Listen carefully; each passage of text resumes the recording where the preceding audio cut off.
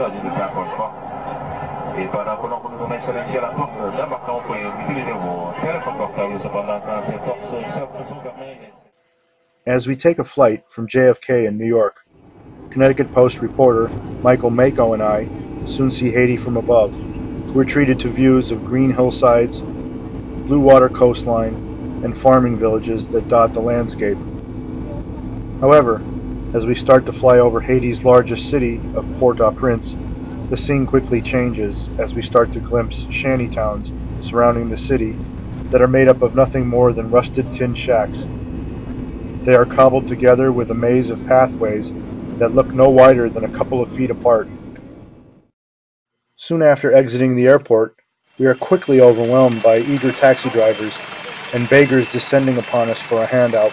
Several even mounted our vehicle, doggedly pursuing us until our driver chased them away with a verbal lashing in Creole, the native language. Haiti is considered by many to be one of the poorest countries in the Western Hemisphere. It is only mere hours away by plane from the United States, which is considered the richest country in the world. We spend a week in Cap-Haitien, Haiti's second largest city. On a bridge crossing the Mayko River, women carry bundles and other items on their heads as the city's poorest slums come into view behind them. The vignettes of locals engaged in the daily grind of life unfold as we slowly make our way over pothole-strewn streets. Each block of the city reveals another overwhelming scene of masses of people trying to get by with whatever means available to them.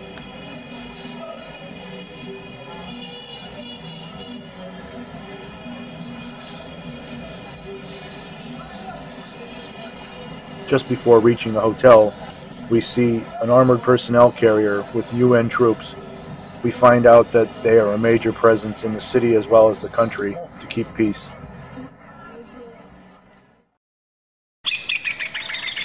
The next day, we venture out from the oasis-like surroundings of our hotel and attempt to explore the dusty city, with some help from local resident Liam Peugeot, a Canadian we met at the hotel.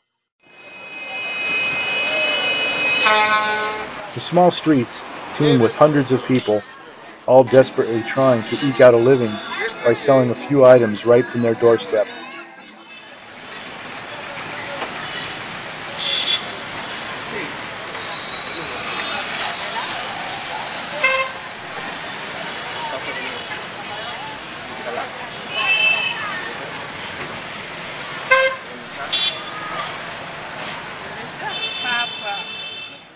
On a daily basis, in one section of the city, hundreds of local people patiently sit inside the remains of a late 19th century factory building, with nothing more than a small spot staked out on the wood floor to sell any item imaginable.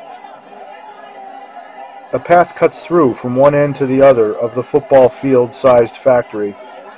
Like a vein that pulses blood, so do people who slowly stop and go as they try to cross over and through the packed indoor market. A common sight is meat, mostly chicken and goat, being prepared for sale. Flies swarm and buzz all over the meat, but Peugeot says the meat is fine for consumption after a quick wash.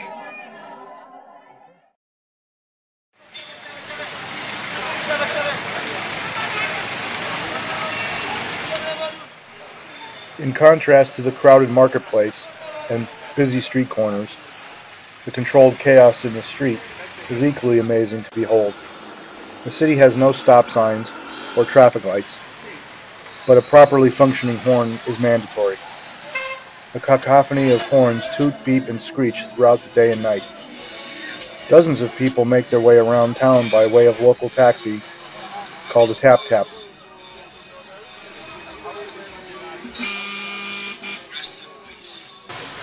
These are usually converted pickup trucks with benches welded inside the bed, with a larger than normal cap covering the back. They are usually brightly painted with all kinds of writing stenciled on the body to attract would-be customers. After a passenger is dropped off, a young worker who hangs off the back bumper will tap the hood of the cap a couple of times to let the driver know it's okay to leave.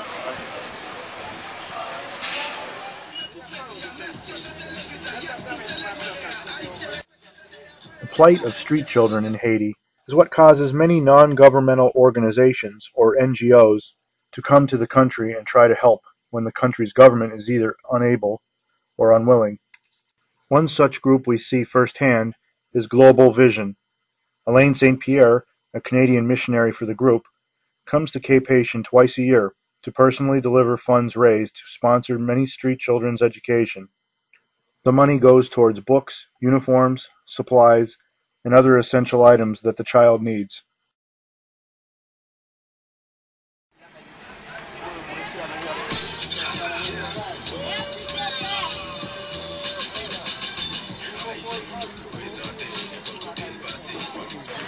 The main reason for coming to the city is to investigate a similar organization, which was here to help street children as well.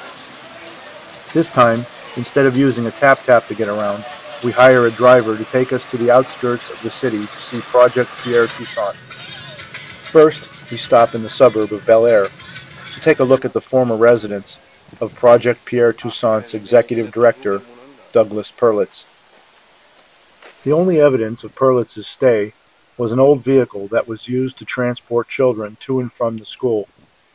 An elderly caretaker was also at the home, taking care of the grounds.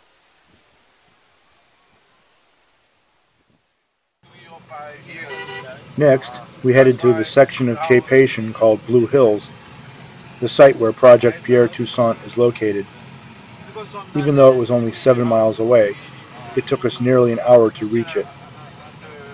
One of the reasons was because, even with the four-wheel drive vehicle, roads are barely passable as we are jostled in our seats and trudge along in some spots at only a couple of miles per hour.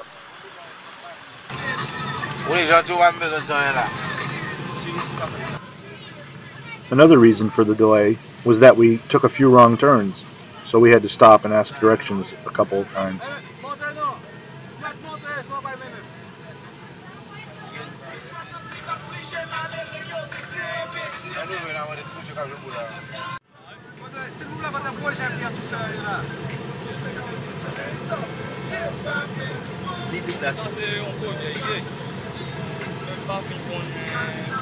As we try to find our way to the school, the sun slants farther and farther to the west with each passing minute.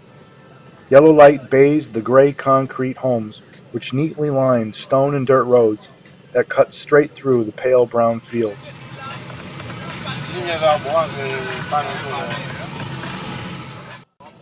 Twilight approaches by the time we reach the school, which is also known as the village.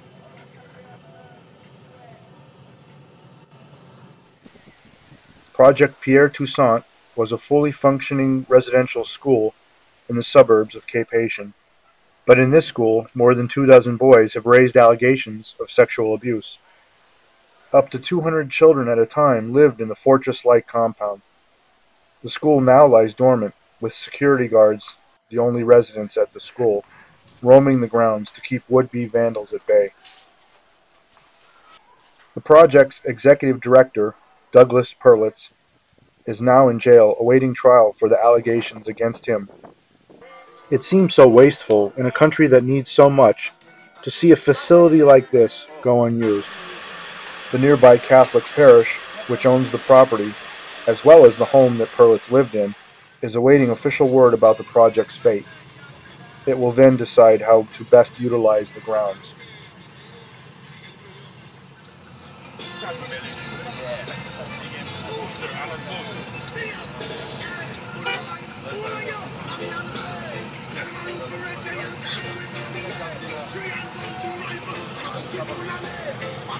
Says something all the time.